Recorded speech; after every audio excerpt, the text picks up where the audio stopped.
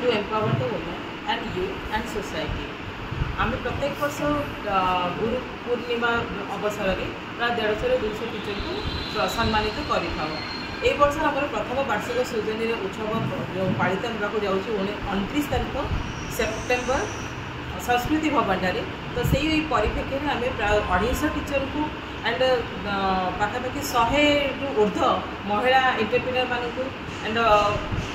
पूरा all over Odisha जो माने भल निज निजर कर्म क्षेत्र में एक्सेल अच्छा से आम डाकिना पूरापल्ली सम्मानित करने चाहूँ। तेणुक मुझे अनुरोध करुच्ची कि सेलिब्रेशन में आपण मैंने उपस्थित रही कार्यक्रम को आग को केमती आग को बढ़ा एंड से उद्देश्य कौन उद्देश्य उद्देश्य हूँ आम प्रथम वार्षिक उत्सव होगी